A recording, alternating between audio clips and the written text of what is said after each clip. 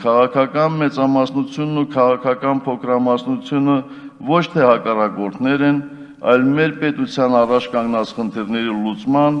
տարբեր ճանապարհներ տեսնող մարդիկ։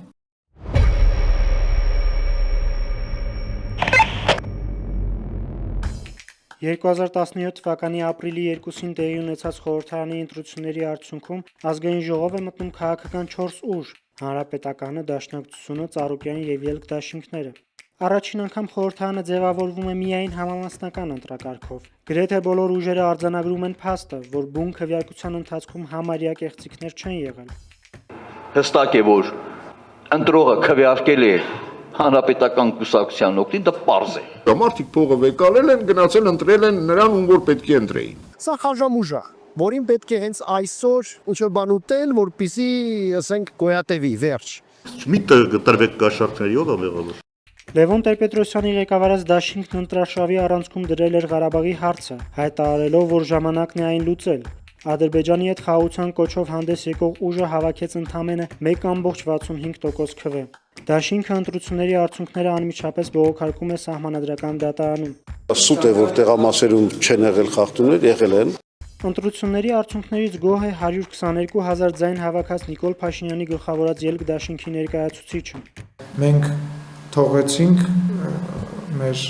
ետևում դաշնակցության պես ուժին։ Մեր քվեների առյուծի բաժինը ստացել ենք Երևան քաղաքում։ Հայաստանում Եվրամիության քարտուղարի մամուլի խոսնակը սառը ջուր է լցնում հանրապետականի ուրախության վրա։ Եղել են քվեներ գնելու դեպքեր, քաղաքացիական ծառայողների եւ մասնավոր հատվածի աշխատակիցների նկատմամբ ճնշումներ, որն էլ իր հերթին հանգեցրեց ընտրությունների նկատմամբ հանրային վստահության պակասի խորացումը։ Ժողովուրդը գիտի, թե ինչու այդպես ստացվեց։ ՀԿ-ի դեմ խաղ չկա, ոնց ուզում անում են։ Ընտրություններից անմիջապես հետո Հայաստանում առաջին անհրաժեշտության ապրանքների գները միանգամից թռնում են։ Ֆինանսների նախարարին դա չի մտահոգում։ Շատ նորմալ է, որ մեր նման տնտեսությունները ունենան շուրջ 4%-անոց գնալ։ Վարչապետի պաշտոնակատար Կարեն Կարապետյանը, որ ընտրություններից առաջ հարվածային գործիքների վրա էր նվագում, դրայվի մեջ է։ Վստահ է, որ առանց ներդրումների էլ կարելի է Հայաստանի տնտեսությունը զարգացնել։ Եթե դուք կպած աշխատես,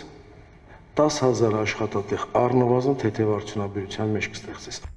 Ուղիղ 1 տարի հետո Սերժ Սարգսյանը պետք է դադարի լինել Հայաստանի նախագահ։ Իսկ այդ օրերին մեկնարկած Երևանի ավականու ընտրությունների քարոզարշավի ժամանակ Ավանում դեռևս ուրախ չեն քաղաքապետի թեկնածու Նիկոլ Փաշինյանի ներկայությունից։ Բարով եկելա, բարով էլ թող գնա իր տուն։